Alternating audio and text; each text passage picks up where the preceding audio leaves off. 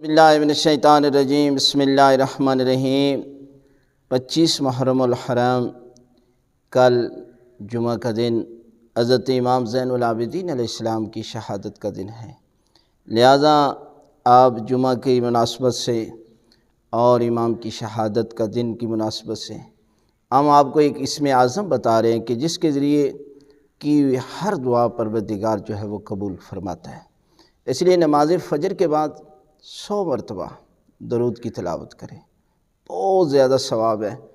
اور اگر آپ نماز فجر کے بعد نہیں کر سکتے تو ظہر اور عصر کے درمیان میں ایک تسبیح پڑھ لیں، یعنی 100 مرتبہ درود کی تلاوت کریں گے تو پروردگار آپ کو 70 حج کا ثواب عطا کرے گا۔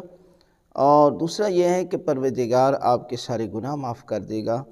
اور تیسرا یہ ہے کہ ہر دعا جو بھی آپ مانگیں گے پروردگار جمعۃ المبارک کے صدقے میں، حضرت امام زین العابدین علیہ السلام کے صدقے میں آپ کی دعائیں جو ہے وہ قبول فرمائے گا۔